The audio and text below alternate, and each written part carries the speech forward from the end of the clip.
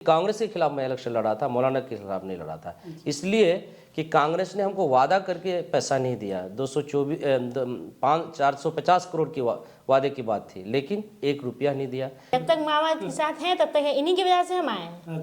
मेरा ऐसे इतना मेरा एम है बचपन से ही पढ़ाई लिखाई, और हम ये मेरा एम था ये बनने का, लेक्चरर।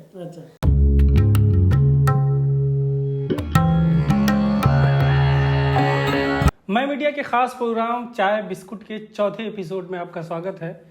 आज हमारे साथ किशनगंज जिले की बहादुरगंज नगर पंचायत जो है वहाँ की मुख्य पार्षद साहिरा तहसीन जी और वसीकुर रहमान साहब हैं।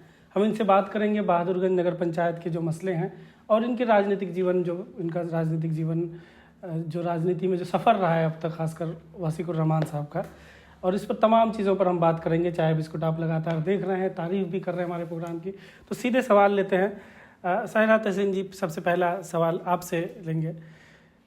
पहली बार मेरे ख्याल से आप चुनाव लड़ी होंगी, तो कैसा रहा? मतलब चुनाव के दौरान कैसा लगा? डर लग रहा था कुछ कि अगर हार गए तो क्या होगा, नहीं होगा, हर तरह की? सबसे पहले तो आप लोगों का बहुत बहुत शुक्रिया। मैं मीडिया हम लोगों को इस काबिल समझा कि हम लोग यहाँ आएँ और आप लोग से बातचीत करें। चुनाव के दौरान तो डर भी लग रहा था और अच्छा भी बहुत लग रहा था। हम लोगों को मौका मिला कि हम लोग जनता के बीच जाएं, अपनी बात रखें, क्योंकि बहादुरगंज नगर पंचायत, बहादुरगंज नगर की तरह लगना चाहिए कि नगर है। रोड की स्थिति जो वहाँ पे है, जाम, हम लोगों को समझ माने कि रोड जाम जो भी है वहाँ पे उसको सही करना, और शिक्षा, स्वास्थ्य, हम लोगों का मेन कम्युनिकेशन, हेल्थ और शिक्षा, ये 3 हम लोगों का एम था, जिसको हम लोगों को जीतने के बाद पूरा करना है। तो हम लोग जब जीते उसके बाद हम लोग पूरी कोशिश रहेगी कि हम लोग उसको पूरा करें, और जो हम लोगों का काम भी चल रहा है जहाँ तक हो सकता है हम लोग कर रहे हैं, और हम लोग पूरा कोशिश करेंगे कि हम लोग अच्छे से करें। मेरे प्रतिनिधि, मेरे गार्जियन जो हैं, मेरे मामा, जो बहुत कुछ कर चुके हैं यहाँ पे बहादुरगंज के लिए भी, किशनगंज के लिए भी बहुत कुछ किए हैं, हर चीज़ में ही आगे रहे हैं। मेरे प्रतिनिधि भी हैं, मेरे गार्जियन भी हैं, आप उनसे भी बात कीजिए। जी, तो वसीकुर रहमान साहब, 1 महीना लगभग हो गया आप लोग नगर पंचायत की सरकार में आप लोग हैं, तो क्या कुछ अभी 1 महीने में कर पाए हैं? जिस ख्वाब के साथ आप लोग आए थे, कुछ कर पा रहे हैं? जी, 1 महीने में एक्चुअली क्या है कि काम तो हम लोग जो पहल कर चुके हैं। सबसे पहला काम था कि साफ़ सफाई का मामला वहाँ पर बहुत ख़राब था, और साफ़ सफाई के मामले में हम लोग एक्टिव करवा चुके हैं। और अभी भी जहाँ से भी हमको मैसेज आ रहा है कि यहाँ सफाई नहीं है, तो मैं वहाँ पे मोबाइल का एक व्हाट्सएप ग्रुप बना दिया हूँ कि आप अपना फ़ोटो कचरा का डालिए, और उस लोकेशन पे आप पहुँच जाएगा हमारा आदमी, जो भी आपका कॉन्ट्रैक्टर है सफाई का, क्योंकि कॉन्ट्रैक्ट पे लिया होता है, टेंडर होता है वो। अच्छा, व्हाट्सएप ग्रुप पे लोग फोटो डालते हैं वहाँ पे? जी, मैं अपने, और जो इस माध्यम से भी मैं बोल रहा हूँ कि आप जिस वार्ड से भी हूँ, आप अपना वार्ड का नंबर और एड्रेस, जहाँ का लोकेशन दे दीजिए एक बार, हमारा वहाँ पहुँच जाएगा। मैं कोशिश करूँगा कि आने वाले दिन में हमारा एक अपना ऐप हो जो सफाई का अपने आप लोकेशन ले ले। इस तरह का मैं काम करना चाह रहा हूँ। व्हाट्सएप ग्रुप में तो लिमिटेड लोग जुड़ पाते हैं, तो आपकी नगर पंचायत के हर इलाके के लोग उसमें जुड़े हुए हैं? लगभग जो एक्टिव लोग होते हैं ना, वही ये सब काम कर पाते हैं। देहात अभी नगर बोले ना, नगर है लेकिन नाम का नगर है। वहाँ पे 4-5 वार्ड को छोड़ के सब पंचायत से भी बदतर हाल है वहाँ पे। उसको सुधारने के लिए अभी तो हम लोग को 5 साल का मौका मिला है, लेकिन मेरे ख्याल से शायद अगर जिस तरह चल रहा था उसको 50 साल में भी सुधारना मुश्किल था। लेकिन हम लोग आए हैं, देखते हैं इंशाल्लाह बहुत अच्छा काम होगा। अच्छा, एक बार हमारे दर्शकों के लिए क्लियर कर दीजिए, जो साहिरा तहसीन जी हैं, रिश्ते में आपकी कौन है? ये हमारी बहू है। अच्छा, किस तरह की बहू? ये मेरे भांजे की वाइफ है। अच्छा। मेरा भांजा बचपन से मेरे साथ है, मैं उसका ही पेरेंट्स हूँ, और तब से ये मेरी बहू है। तो इनको लेकर आपने? जी, इनके लेकर ले रहा है, क्योंकि रिजर्वेशन का मामला था, तो आज रिजर्वेशन में ये आती है। अच्छा, इस वजह से। तो आपकी राजनीतिक जीवन की थोड़ा बताइए, शुरू से आपकी शुरुआत कहाँ से? मेरे शुरुआत राजनीतिक जीवन में कहिए या सोशल वर्क में कहिए, मैं AMU मूवमेंट से जुड़ा हूँ। 2007-8 में आपने जानते होंगे कि मनमोहन की सरकार, जब सच्चर कमेटी की रिपोर्ट आने के बाद अलीगढ़ यूनिवर्सिटी का 3 शाख जो देना था, 3 जगह, 3 स्टेट में, बिहार, बंगाल और केरला में, तो बिहार का जब सिलेक्शन हुआ तो कटिहार में गए, जो कि आप भी लिख चुके हैं इसको। तो वहाँ से कुछ विरोध हुआ ABVP द्वारा, तो फिर किशनगंज आने का मौका लाया गया। कुछ लोगों के जो बड़े नेता थे, जो यहाँ के हित में सोचते थे, तो किसनगंज का बात हुई। जब उस वक्त फिराक अहमद साहब थे जो ज़मीन को चिन्हित करना था उनको, तो लेकिन ये कि झंडे बस्ते में ये सब जा रहा था। तो कुछ हम लोग भी ऐसे ही पढ़ लिख करके घूम रहे थे, तो कुछ लोग गार्जियन टाइप के वो बताए कि यार तुम लोग कुछ करते क्यों नहीं हो। तो हम बोले ठीक है क्या करना है। बोला एएमयू यहाँ से जा रहा है और अब तक तुम लोग कुछ नहीं करो, और स्टूडेंट मूवमेंट कुछ नहीं कर रहा है, नेता तो यहाँ का बेकार है ही, तुम लोग कुछ करो। तो वहाँ पे हम लोग 3 लोग थे, अफसार भाई हमारे इंतकाल कर चुके हैं, अंसार साहब और मैं। हम लोग चलो कल से काम स्टार्ट करते हैं। तो कल से काम कैसे स्टार्ट होगा। बोले चलिए हमारे ठाकुरगंज में कुछ दोस्त हैं, कुछ टहरागाछ में भी हैं, हर जगह कुछ ना कुछ दोस्त हैं जो चरका में वो लोग काम करते थे पहले। उस हिसाब से उन्होंने बताया एड्रेस, मैं वहाँ गया। एक उस वक्त इकोनॉमिकल इतना हम लोग स्ट्रॉन्ग भी नहीं थे, लेकिन जज्बा था, उस जज्बे में हम लोग काम करने के लिए आगे बढ़े। तो जब आगे बढ़े तो सबसे पहले हम लोग पोठिया गए, वहाँ डॉक्टर समीम साहब मिले। उन्होंने हम लोग को इस तरह हौसला दिया और बोला कि मैं आपके साथ लब्बैक करता हूँ इस मूवमेंट में, अलीगढ़ के लिए। तो वो बाद में सचिव भी बने हमारे इस मूवमेंट का, और मुझे अध्यक्ष भी बनाया। तो वहीं से स्टार्ट होता है हमारा सोशल वर्क, या जो कहिए राजनीतिक जीवन कहिए, जो भी कहिए। उसके बाद हम लोग मूवमेंट को बहुत आगे लेके गए। 2008-9 आया, 9 के बाद 10 में हम लोग मूवमेंट को काफ़ी तेज कर दिए, और ज़मीनी लेवल पे हर ब्लॉक में हम लोग धरना प्रदर्शन किए। 208 सभाएं हम लोग की, जो हमारे पास ऑन रिकॉर्ड है। उसमें शुरुआत में नेता लोग तो नहीं आए, लेकिन जब हम लोग के पास भीड़, क्योंकि जब तक भीड़ नहीं होगा मूवमेंट नहीं होगा, तो नेताओं के पास भीड़ होता था, स्टूडेंट का कुछ जत्था होता था, जैसे 100, 150, 50 इस तरह। लेकिन यहाँ पे लाखों की भीड़ जुटानी थी। तब ये जो प्रेशर पड़ा, तब फिराक अहमद साहब ज़मीन को चिन्हित करने का काम किए, लेकिन 3-4 जगह। इसमें गुलाम साहिद साहब का भी अच्छा रोल रहा, हम लोग को भी वो टच किए। तब हम लोग किशनगंज आ गए, किशनगंज में मूवमेंट को तेज किए। बहादुर ये सब हो गया, किशनगंज में शहर में आए। फिर हम लोगों ने धरना प्रदर्शन स्टार्ट किया। तब ज़मीन हम लोग को, पहले हम लोग सोचे कि पैसा लेकर के सबसे कलेक्शन करके ज़मीन ले लेते हैं वो शीतल नगर में। फिर वो सब बात नहीं हुई, तब यहाँ पे आपको चकला में ज़मीन चिन्हित हुआ। लेकिन ज़मीन चिन्हित होने के बाद जब ज़मीन देने का बात आई तो काफ़ी ये हुआ, परेशानी हुई। चिन्हित हुआ, लेकिन ज़मीन देने के लिए अब बिहार गवर्नमेंट आनाकानी करने लगा, क्योंकि उनके साथ उस वक्त बीजेपी के साथ वो अटैक थे। तो हम लोग बिहार गवर्नमेंट के खिलाफ हम लोग आंदोलन स्टार्ट कर दिए। तब 2011 का अक्टूबर में 12 अक्टूबर को हम लोग 10, 11, 12 3 दिन हम लोग धरना दिए थे। सांकेतिक धरना हमारा 10 से स्टार्ट हुआ, और 12 को हम लोग का महाधरना हुआ, जिसमें लाखों लोग आए। हाईवे को जाम किया गया, रेलवेज़ को जाम किया गया, यहाँ तक कि एमयूसीसी वाले जब दिल्ली से आ रहे थे तो उन लोगों को भी रोक दिया था कटिहार में, कि रेल रुक गई थी। फिर हम लोग उसको आने के लिए व्यवस्था किए, और आकर के फिर वो लोग भी हम लोग के साथ शामिल हुए। वो लोग दिल्ली में भी वो लोग काम कर रहे थे, हम लोग यहाँ पे काम कर रहे थे। तो हम लोग का धरना सफल रहा, लेकिन 5 बजे तक कोई प्रशासन नहीं आया ना। हम लोग टाइम दिए हुए थे कि 5 बजे तक हम लोग धरना का टाइम देंगे, क्योंकि और टाइम परमिशन लेना पड़ता था या इन्फॉर्मेशन देना पड़ता था। तो प्रशासन सोचा कि 5 बजे के बाद तो लोग तो छोड़ देगा, उसके बाद फिर फ्री हो जाएगा।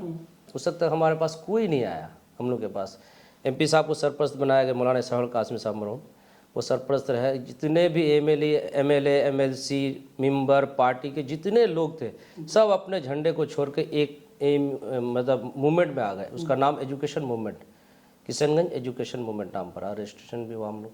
तो मुझे उसका अध्यक्ष बनाया गया। मौलाना साहब को सरपरस्त, गुलाम साहब को कार्य करने के लिए उसको रखा गया। ये सारी चीज़ हमारी कमेटी बनी। तो इस तरह धरना जब स्टार्ट हुआ 10 से 11, 12 को महाधरना जब हुआ, तो 5 बजे के बाद सब कुछ चले गए। स्कूल, मदरसे, जितने हैं मजदूर, किसान, ज़मींदार, सब आए। आने के बाद धरना तो सफल रहा, लेकिन 5 बजे लोग सोच रहे थे कि प्रशासन के लोग या सरकार के लोग सोच रहे थे कि ये लोग 5 बजे से उठ जाएगा फिर। लेकिन वहाँ पे जब रेल मंत्री फंस गए वहाँ पे, बंगाल का जो स्टेशन है बड़ा, क्या नाम है उसका, मुर्शिदाबाद से पहले ये जो एनजीपी, वहाँ पे भी काफ़ी वहाँ के लोग उग्र हो गए, स्टेशन को तोड़ताड़ करने लगे और वो भी फंस गए। तब वहाँ से सेंट्रल में बात गई, सेंट्रल फिर प्रेशर डाला बिहार गवर्नमेंट को। तब बिहार गवर्नमेंट डीएम को बताया, तो डीएम डर से नहीं आ रहा था, क्योंकि डीएम का रवैया पहले से सही नहीं था। तो कमिश्नर साहब को इन्फॉर्म हुआ। तब हम लोग 5 बजे के बाद और तरह से अनिश्चित काल के लिए हम लोग, कुछ लड़के जो नौजवान थे, 150-200 लड़के, ये लोग हम लोग बोले कि नहीं, जब तक हम लोग को मिले कोई आएगा नहीं, हम लोग नहीं जाएंगे। तो हम लोग जाम को जारी रखे हैं, धरना को। तब 9 बजे कमिश्नर साहब आए और हम लोग को लेके डीएम साहब के चैम्बर में बैठे और 2 महीना का टाइम मांग रहे, 3 महीना का, तो 45 दिन का टाइम लिए और हम लोग को 30 दिसंबर 2011 को हम लोग को ज़मीन वादा के मुताबिक दे दिया गया। ज़मीन देने के बाद यहाँ पे ABVP के कुछ लोग और बीजेपी का सेल का ही आदमी था, वो ये सारे लोग जा कर के वहाँ पे उस ज़मीन पर कुछ अनावश्यक इसको घर को बनाया। फिर हम लोग गए, वहाँ से भी उखाड़ फेंके, प्रशासन भी हम लोग का साथ दिया।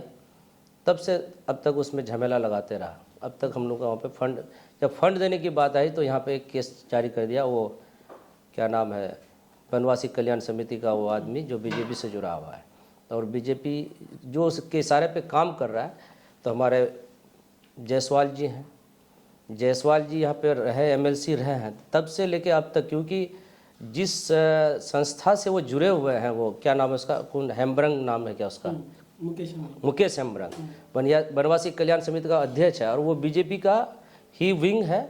और वो बीजेपी का जो वनवासी कल्याण समिति का जो सचिव है, ये पार्षद जी का, ये विधान पार्षद दिलीप जायसवाल जी ही उसको चलाते हैं। तो इसी के इशारे पे ये सारा केस हुआ है और केस करके इसको रोका गया है कि सिर्फ डाइवर्ट किया जा रहा है, जबकि पुलिस लाइन यहाँ पे बन रहा है उसी के बगल में और उसी महानंदा से बालू उठा करके वो लोग भरपाई कर रहा है वहीं पे। मैं कई बार प्रशासन को भी बोला कि वहाँ से बालू उठ के चल रहा है, लेकिन उसका काम चल रहा है। कृषि विद्यालय बन गया है, उसी मतलब नदी के किनारे बना है, लेकिन यहाँ तो 1.5 किलोमीटर दूर है जहाँ पे हमारा AMU कैंपस है। तो इसको जानबूझ के यहीं के लोग जो अपने आप को बोलते हैं कि नहीं हम निष्पक्ष अपना नेता बने हैं, नहीं, ऐसा नहीं है, क्योंकि आपके दिल में काला है और वो काला दिखाई पड़ रहा है लोगों को। तब तक ये चल ही रहा है। अब यहाँ पे MCG बोलते हैं ना, NMCG में मामला अटका हुआ है। अब लोग यहाँ पे कह रहे हैं, मैं आपके चैनल के माध्यम, आप ज़्यादा देर तो नहीं हो रही ना, कि मामला को अटकाया गया कि NGT ने जब यहाँ पे बिहार प्रशासन और AMU प्रशासन को जब नोटिस किया तो यहाँ पे दोनों आदमी कोई जवाब नहीं देता है। यहाँ पे भी कुछ दाल में कुछ काला नज़र आ रहा है। तो जब ये दोनों नहीं यहाँ पहुँचता है तो वो NGT क्या करती है, NMCG में इसको ट्रांसफ़र कर देते केस को कि आप वहाँ से जब NOC लेके आइएगा तभी आपका यहाँ पे कुछ काम होगा। इस बीच में क्या करते हैं, नीतीश कुमार जी अपने 40 करोड़ का एक फंड देता है जो तट रक्षक बांध के रूप में दूर से उसको की सेव करने के लिए। उस काम को भी जो NOC नहीं मिला तो उस काम को भी रोक दिया गया। NGT में जब मामला था, ये लोग जब पहल नहीं किया तो उस काम को भी रोक दिया गया। अब यहाँ पे मामला NMCG में है और कुछ नेता लोग दिल्ली में जा कर के बैठ जाते हैं और एक पोस्टर लेकर के कि भाई हमको फंड दो। जब किसी चीज़ में NOC ये इंजेक्शन लग जाता है, स्टेटस को लग जाता है, तो स्टेटस को लगने के बाद उसको कोई काम नहीं, अगर फंड होगा भी तो आप काम नहीं कर पाएंगे। जैसे कि 40 करोड़ रुपया रखा हुआ उनके लिए बांध के लिए, तो आप जब तक NMCG से NOC नहीं लाइएगा तो आपको काम वहाँ पे कैसे होगा। आप जैसे कह रहे हैं कि फंड मांगने के बजाय पहले केस कर दें, केस को खत्म किया जाए। और ये सारा चीज़ जो आप चल रहा है माहौल, यहाँ पे पुलिस लाइन में भरपाई उसी से हो रहा है, उसी बालू को ला करके उसी में पुलिस लाइन को भर रहा है, तो वहाँ पे काम हो रहा है। और हम लोग वहाँ पे जैसे AMU कैंपस में, जबकि बाहर से भी काम हो सकता था और 1.5 किलोमीटर दूर है, तो वहाँ पे ज़बरदस्ती ऑब्जेक्शन लगाया गया जानबूझ करके। ये कौन कर रहा है, ये सारे लोग जान रहे हैं। अगर यहाँ के सांसद फंड या MLA फंड, विधायक फंड से और सांसद फंड से भी एक बिल्डिंग तो बन सकती थी, लेकिन कोई MLA या कोई MP अपना फंड से भी, अगर फंड की बात है तो एक बिल्डिंग मैं दे रहा हूँ, आप बना के दिखाइए। तो एक सांसद भी तो एक फंड दे सकता है, एक विधायक भी तो एक फंड दे सकता है, अपना फंड जिसको बोलता है सांसद फंड और विधायक फंड। लेकिन ऐसा कुछ नहीं हो रहा है। सब कोई इसको राजनीति का रोटी सेकने के लिए AMU को एक अड्डा बना लिया है और कोई जो असली काम है उसको नहीं कर रहा है। अभी मास्टर मुजाहिद साहब शायद जो कर रहे हैं, अभी केस लड़ने के लिए इसमें गए हैं, क्या कहते हैं, हाई कोर्ट में वकील किए हैं। ये भी कहाँ तक सही रहेगा ये अभी नहीं कहा जा सकता। मामला NMCG में है, NMCG का मामला सुप्रीम कोर्ट से और वहाँ से क्या ताल्लुक़ रखेगा ये अभी हम भी समझ में नहीं पा रहे हैं। लेकिन NMCG कलकत्ता में मामला है, अब सुप्रीम कोर्ट दिल्ली में है। इस मामले को जो साथी और बेहतर तरीके से समझना चाहते हैं, हमने कई स्टोरीज की हैं कि AMU को पर अड़चन बीजेपी ने कैसे लगाया है, तफसील से हमने स्टोरी की। और दूसरी ये भी बात है कि अभी MBA के कोर्स अभी भी किशनगंज में चल रहा है, तो आप अप्लाई करें, पढ़ें जितना भी, ताकि AMU बचा रहे। इसके लिए ज़रूरी है कि आप वहाँ एडमिशन भी लें, वहाँ पढ़ें भी, और AMU का एंट्रेंस भी दें। खैर, आप आगे बढ़ते हैं। दूसरी बात, उसमें एक बात मैं कहना चाहूँगा, यहाँ पे जैसे कि केरल में पोस्ट सेंक्शन हो चुका है 50, और मल्लापुर इसमें भी हो चुका है, क्या कहते हैं आपका, बंगाल में भी, मुर्शिदाबाद में 50 पोस्ट सेंक्शन है, लेकिन किशनगंज के लिए एक भी पोस्ट सेंक्शन नहीं है। ये हेडक्वार्टर AMU है, वहाँ का पोस्ट सेंक्शन किया हुआ आदमी यहाँ पे काम कर रहा है, एज ए एक टेम्पररी सेंटर चल रहा है ये। तो पोस्ट सेंक्शन के लिए कुछ करना चाहिए हमारे नेता लोगों को, जो बड़े ओहदे पे है। दूसरे मूवमेंट की तैयारी कर रहे हैं आप लोग, दूसरा 2011 नहीं, ऐसा देख लेते हैं, क्योंकि बीच में हम भी अपना पर्सनल काम की वजह से, जैसे अपनी निजी ज़िंदगी भी है, तो उसकी वजह से मुझे ऑपरेशन भी करना पड़ा था। 2 साल मैं ऑपरेशन किया था, तो मैं इधर एक्टिव नहीं था। फिर अब अल्लाह का करम है कि मैं ठीक हूँ, इंशाल्लाह चाह तो फिर अब और दूसरे मूवमेंट की तैयारी होगी इंशाल्लाह। AMU किशनगंज के लिए और एक मूवमेंट की ज़रूरत है, बिल्कुल।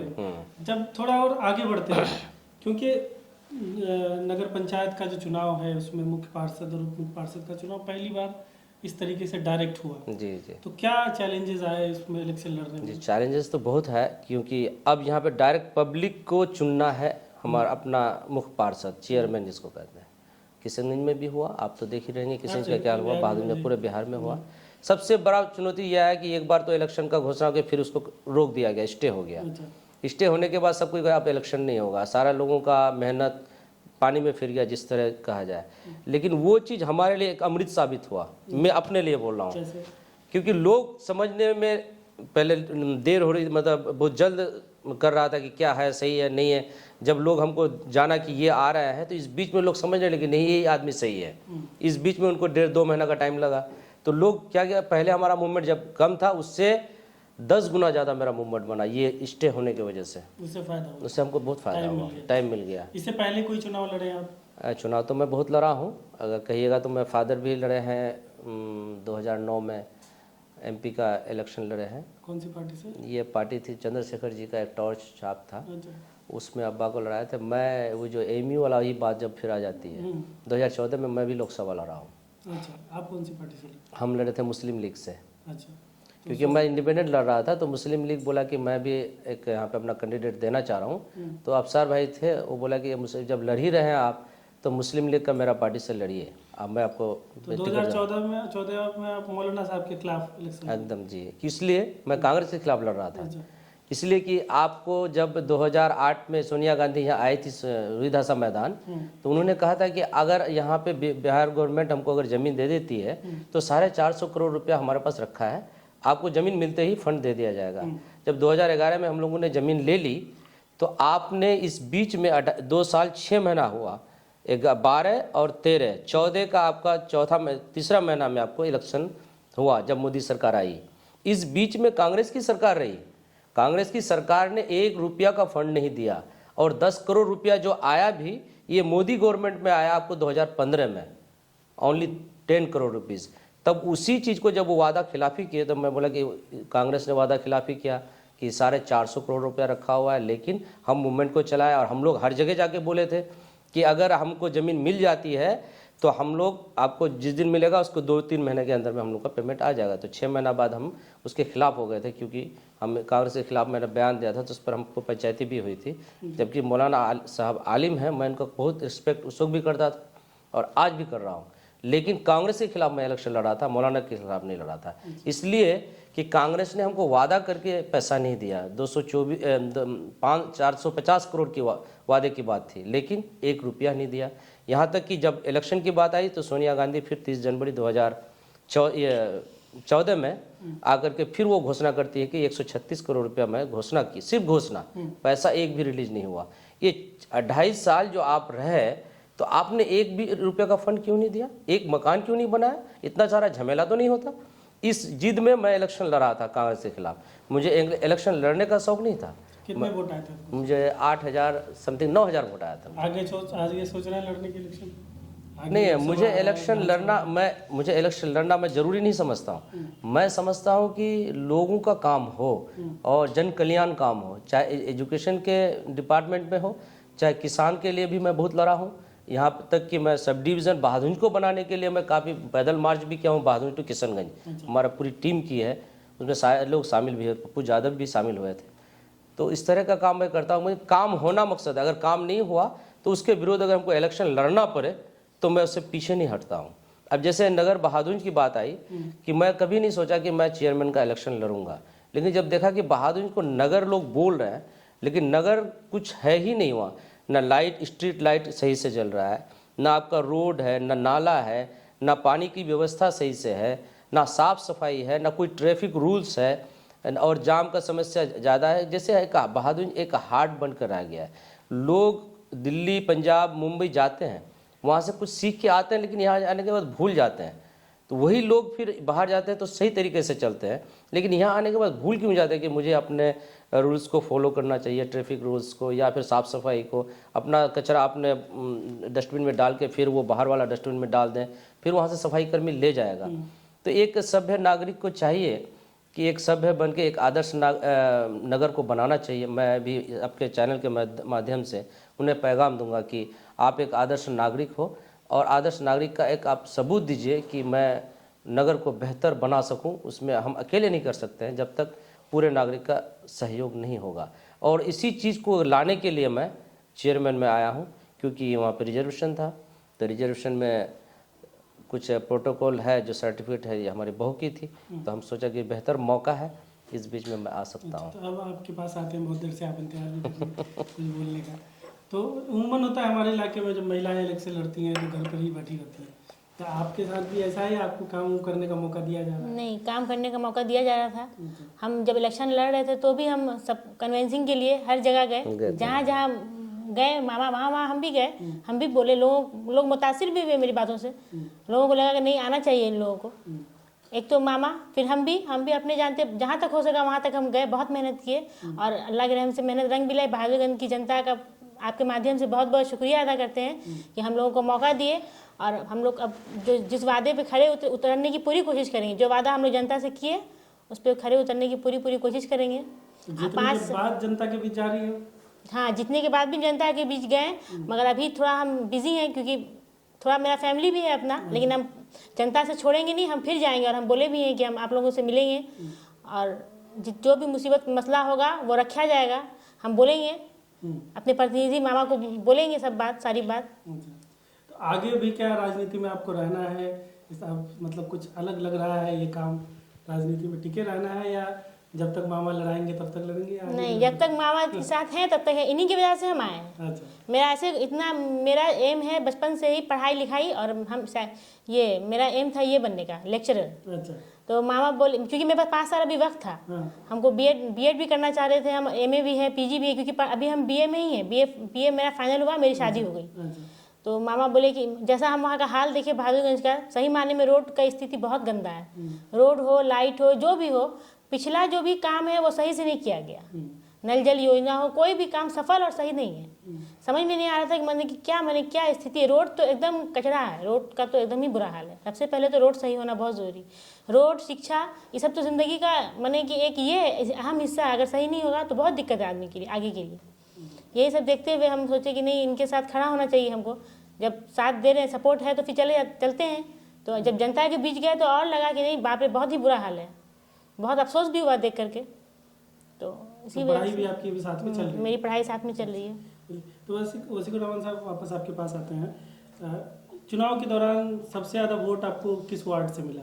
सबसे कम वोट? सबसे ज़्यादा अगर वार्ड में वोट आया तो हमको 3 नंबर में सबसे ज़्यादा वोट आया। सबसे ज़्यादा? तो 3 नंबर क्या आपका अपना वार्ड है? नहीं, मेरे बगल का वार्ड है। सब 3 नंबर मेरा। वैसे तो वोट हमको सबसे ज़्यादा 13 नंबर में है, क्योंकि मेरा होम वार्ड है। लेकिन रेशियो के हिसाब से देखिएगा तो 3 नंबर सबसे ज़्यादा वोट आया परसेंटेज में। जी 3 नंबर में सबसे ज़्यादा वोट आया। उसके बाद 800 कुछ समथिंग वोट है, याद नहीं है, लेकिन वो आपको 79% आपको? जी वोट आया हमको। दूसरा है कि सेकंड हमारा 13 नंबर है, 12 नंबर थर्ड है, उसके बाद 5 नंबर है। इस तरह से हमको, इस तरह जो वार्ड वाइज हमको लाइन होकर के गया ना, एक कड़ी से कड़ी जुड़ते हुए, तो लोग भी जुड़ते गए और लोग एक तरफ हो गए। 5-6 वार्ड मेरा एक तरफ हो गया, तो सब आदमी एक तरफ आ गए। अच्छा, पहले होता था कि जो वार्ड मुख्य पार्षद हैं तो चेयरमैन है वो वार्ड पार्षद के भरोसे रहते थे, कब सरकार गिरा दे। जी जी जी जी, ये डर इस बार ऐसा नहीं है। नहीं नहीं तो कोऑर्डिनेशन बन पा रहा है वार्ड पार्षद से और उप मुख्य पार्षद से? जी, बहुत अच्छा कोऑर्डिनेशन चल रहा है हम लोग का। मैं अपना एक तो व्हाट्सएप ग्रुप है हमारा, अपना सोशल साइट का ग्रुप है। दूसरा है कि मैं बहादुर में अपना ऑफिस बना लिया हूँ। अच्छा।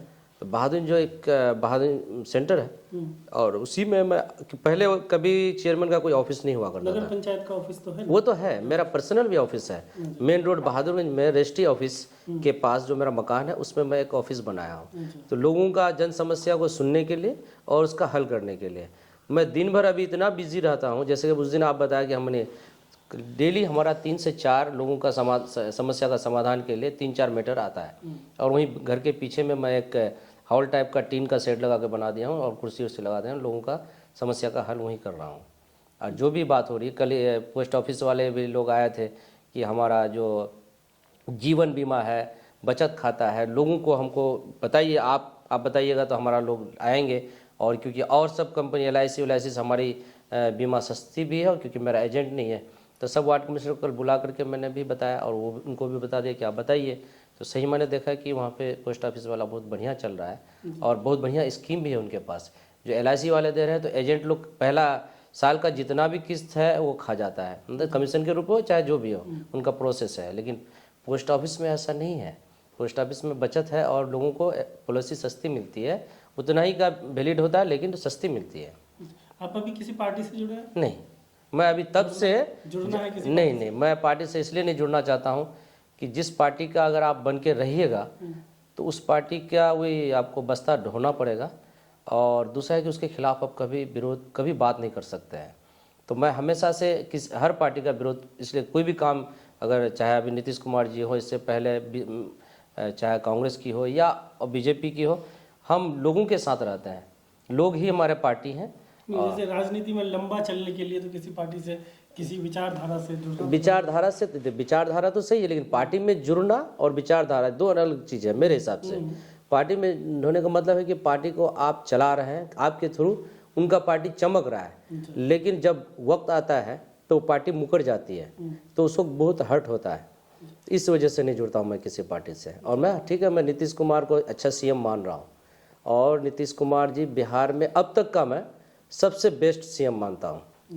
मैं जो आपको विचारधारा जो बता रहे हैं आप, क्योंकि आप लोकसभा इलेक्शन खुद लड़ चुके हैं जी। आपके चचेरे भाई प्रोफेसर मुसव्विर साहब वो विधानसभा लड़ चुके हैं। तो आगे आप लोग कैसे तय करेंगे कि कौन से भाई कौन से चुनाव लड़ेंगे? देख, पब्लिक अगर अभी जो आप आए ना जी।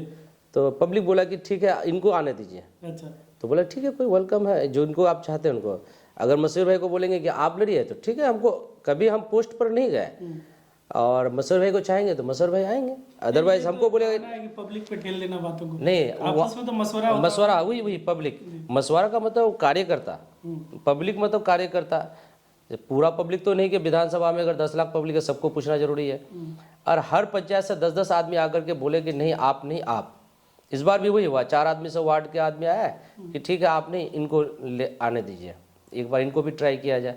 तो हम तो पहले आने के लिए इतना रेडी नहीं थे। हम सही बात जो फैक्ट है, मैं नहीं आना चाह रहा था बहुत, क्योंकि फिर पिछड़ी है, फिर मैं प्रतिनिधि, ये कैंडिडेट, वो फिर क्या होगा नहीं होगा, फिर हमारा बिजनेस चौपट हो जाएगा या फिर इस तरह का भी देखना होगा। तो हम बोले चलिए एक बार खिदमत तो करना ही है, चाहे जिस तरह करे, पद में रह के हो या नहीं भी रह के हो। तो आगे जो मेरा राजनीति होगी इंशाल्लाह ये पब्लिक और हम लोग का मशवरे से ही होगा कि मैं किसी के खिलाफ या अपने परिवार के खिलाफ कभी रहा भी नहीं हूँ। कितना मसूर भाई के लिए मैं 3 बार, मैं एक बार आना चाह रहा था। अच्छा, जब जदयू में टिकट मिला था मसूर साहब को, मैं सारा ओके कर दिया था 15 में जी विधानसभा में। तो उस वक्त मसूर भाई को जदयू का जब टिकट मिला तो मशवरा हुआ बिरादरी में कि नहीं मसूर साहब को आना दिए। तो मैं कहा कोई बात नहीं, हमको जरूरी है लड़ना नहीं है, अब उन्हीं को लड़ने दिया है जितना मेरा एफर्ट था। 10 सॉरी जी 10 उस वक्त भी आया था। लेकिन जब बोला कि नहीं आपने इनको आने दिए तो मैं छोड़ दिया।